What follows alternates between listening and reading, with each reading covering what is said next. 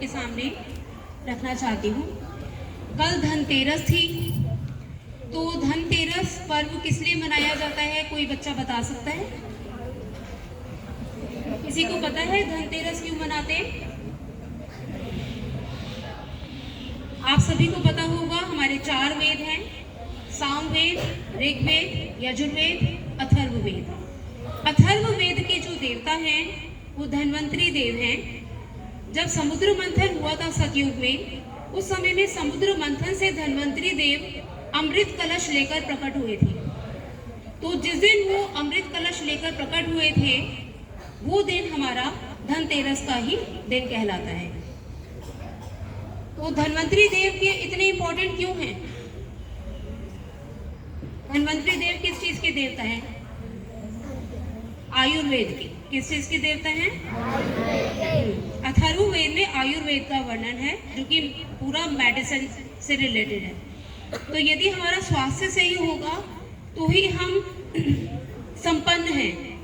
हम धन भी कमा सकते हैं, यश कमा सकते हैं, ख्याति कमा सकते हैं। यदि हमारा स्वास्थ्य ठीक नहीं है तो हम कुछ भी नहीं कर सकते। तो प्रथम धन हमारा है स्वस्थ शरीर, स्वस्थ मस्तिष्क, स्वस्थ विचार और मानवता। जिस व्यक्ति में ये गुण है वो सफल व्यक्ति होता है। तो धन्वंतरी देव का जो दिन है, जिसमें अमृत कलश उनके हाथ में है, अमृत और कुछ नहीं, अमृत हमारे अपने विचार है, मनोमंथन। अच्छे विचारों से हम अपना जीवन चलाएं तो हमारा जीवन अमृतमय है। आज का जो छोटी दिवाली का दिन है, कोई बच्चा बता सकता है क्यों मनाते हैं छोटी दिवाली? मैं आपको इसमें बहुत सारी स्टोरीज हैं, पर संक्षिप्त रूप में 2 मेन जो है, एक इसको नरक चतुर्दशी भी बोलते हैं।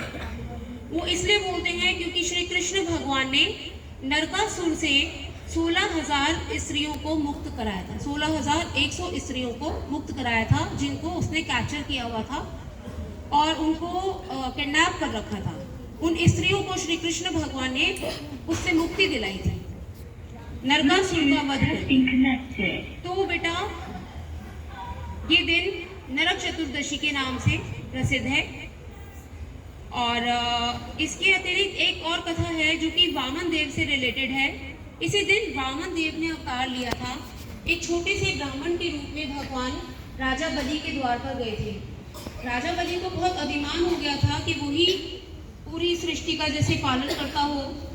तो उसका अभिमान खंडित करने के लिए, अपने भक्त में भगवान अभिमान नहीं रहने देते, तो वो उसका अभिमान खंडित करने के लिए उसके द्वार पर छोटा सा भेष बना करके गए वामन अवतार लेकर, और उन्होंने 3 पग भूमि का दान मांगा।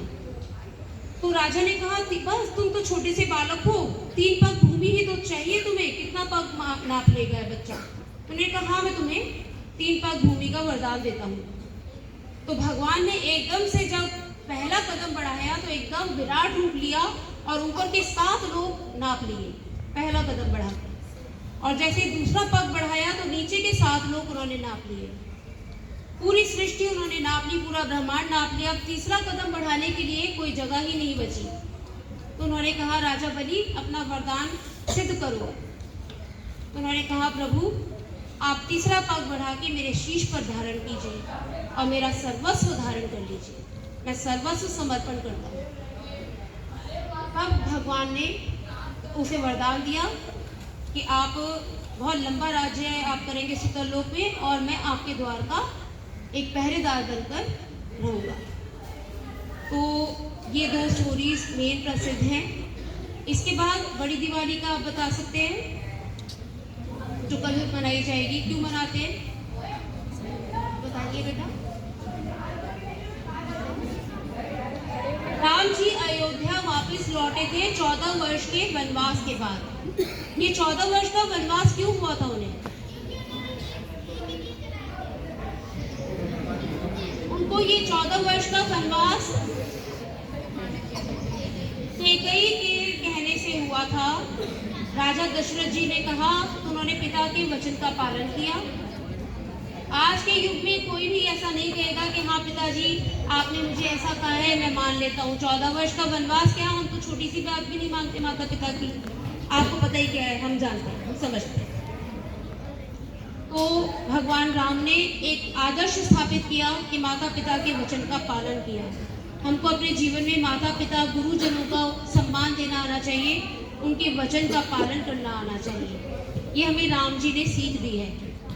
तो इसलिए आज उनकी पूजा होती है, वापस लौटने पर घी के दिए जलाए जाते हैं, तेल के दिए जलाते हैं, तो रोशनी करते हैं, जगमगाते हैं दिए। त्रेता युग से ये पर्व चला आ रहा है, राम आएंगे राम आएंगे, क्योंकि राम ने हमें एक मानवता सिखाई है, हमें जीवन जीने की कला सिखाई है, माता पिता के वचन का पालन करना सिखाया है, गुरुजनों को सम्मान देना सिखाया है, इसलिए वो पूजे जाते हैं। मानव बन के आए थे, वो भगवान बन के नहीं आए थे। तो वो कहलाते हैं मर्यादा पुरुषोत्तम, जिन्होंने मर्यादाओं का पालन किया अपने। इसके अतिरिक्त हम गणेश लक्ष्मी जी की भी पूजा करते हैं। वो क्यों करते हैं?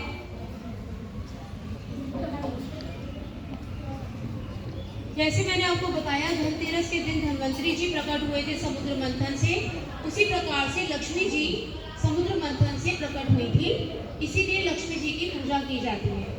हमारे सभी कार्य ज़्यादातर लक्ष्मी से ही पूर्ण होते हैं। अगर हमारे पास लक्ष्मी नहीं है तो हम ना खाने पीने का प्रबंध कर सकते, ना ही वस्त्र का प्रबंध कर सकते, ना ही रहने की जगह का प्रबंध कर सकते।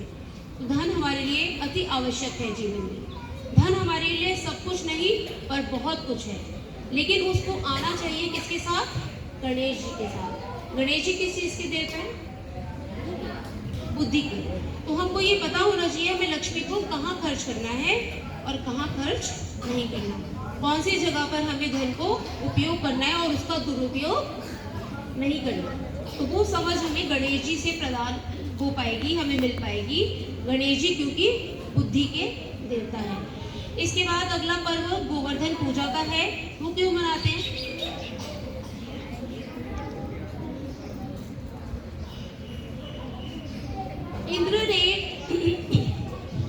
इंद्र ने बहुत वर्षा करी, क्योंकि उनका पूजा को रोक दिया भगवान श्री कृष्ण ने। उन्होंने कहा हमारी तो गौएं जो हैं वो ही हमारा धन है, तो हम तो गौओं की पूजा करेंगे और गोवर्धन पर्वत की पूजा करेंगे।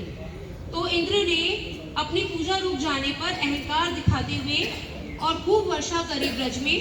7 दिन तक लगातार वर्षा करी और भगवान जो 7 वर्ष के बालक थे उन्होंने 7 दिन तक छोटी सी उंगली पर गोवर्धन पर्वत को धारण किया, जो 7 कोस का गोवर्धन पर्वत है। 7 कोस मतलब 21 किलोमीटर। 7 कोस के गोवर्धन पर्वत को छोटी सी उंगली पे धारण किया और 7 दिन तक वो मुरली बजाते हुए लेकर के खड़े रहे। और जब इंद्र के सारे बादल फेल हो गए बरस कर, तो वो फिर आया और भगवान की उससे उपासना करी और उसको ये चीज़ महसूस हो गई कि उसने भगवान श्री कृष्ण के साथ गलत आचरण किया है। वो भगवान है, सर्वोपरि है, हम सबके असली रक्षक हैं। मेरे ब्रज की रक्षा करी और वो हम सभी की रक्षा करते हैं। ये चीज़ उसको समझ आ गई और उसने भगवान को क्षमा याचना करी और स्तुति के द्वारा उनको प्रसन्न किया। तो गोवर्धन पूजा हम करते हैं श्री कृष्ण को वो दिन याद करते हुए। उसके बाद आता है भैया दूज। वो पर्व है, सूर्य के पुत्र पुत्री हैं यमराज और यमुना जी। तो यमुना जी के पास यमराज जो है वो तिलक कराने के लिए जाते हैं। तो जो भी ये परंपरा कब से चली आ रही है, यमुना जी ने ये आशीर्वाद दिया कि जो भी भाई अपनी बहन के घर यमुना की तरह उनके घर जाता है, तिलक कराता है भाई अपनी बहन से, तो यमुना जी ने ये आशीर्वाद दिया है कि उसे यम का मुख नहीं देखना होता। तो क्या उसकी मृत्यु नहीं होगी? मृत्यु तो होगी, पर उसे नरक की यातनाएं नहीं जानी। ये नरक की यातनाओं में नहीं जाना पड़ेगा, वो भगवान के ही द्वार पर मृत्यु के बाद प्राप्त होगी। तो बेटा, भाई बहन के पर्व इस तरह से हमारे यहाँ मनाए जाते हैं, रिश्तों से जुड़े हुए होते हैं। तो ये बहुत इम्पॉर्टेंट है हमारे सारे रिश्ते, और ये बातों को ध्यान रखते हुए हमें अपने रिश्तों को बखूबी निभाना चाहिए, प्रेम पूर्वक निभाना चाहिए और इन परंपराओं पर हमें चलना चाहिए। मैं समझती हूँ कि आप सभी ने ये ध्यान से सुना होगा और ये आपके जीवन में कुछ प्रकाश डाला है और आप इनके ऊपर चलेंगे। Thank you very much. अभी हम राम जी का एक भजन गाएंगे, मीराबाई द्वारा रचित है। मीराबाई रहती हैं पायो जी मैंने, राम रतन धन पायो। धन की तो हम पूजा करने जा रहे हैं, लक्ष्मी की, पर मीराबाई ने किसे धन बताया? राम नाम को। तो हमें अपने जीवन में ऐसा अकाउंट बना लेना चाहिए राम नाम का, जो कि खर्च नहीं, कोई चोर ना लूटे। धन तो कोई चोर चुरा सकता है, लेकिन राम का नाम आपसे कोई भी चुरा नहीं सकता। तो वो धन हमें बढ़ाना है। अगर वो धन हमारे पास है तो बाकी के धन संपदा वैभव सब बढ़ता चला जाएगा। तो यही इसके अंदर संदेश छुपा है और ये भजन बच्चे प्रस्तुत करने जा रहे हैं। प्लीज़ ध्यान से सुनिए और जिन बच्चों को थोड़ा बहुत आता है वो गा भी सकते हैं साथ में।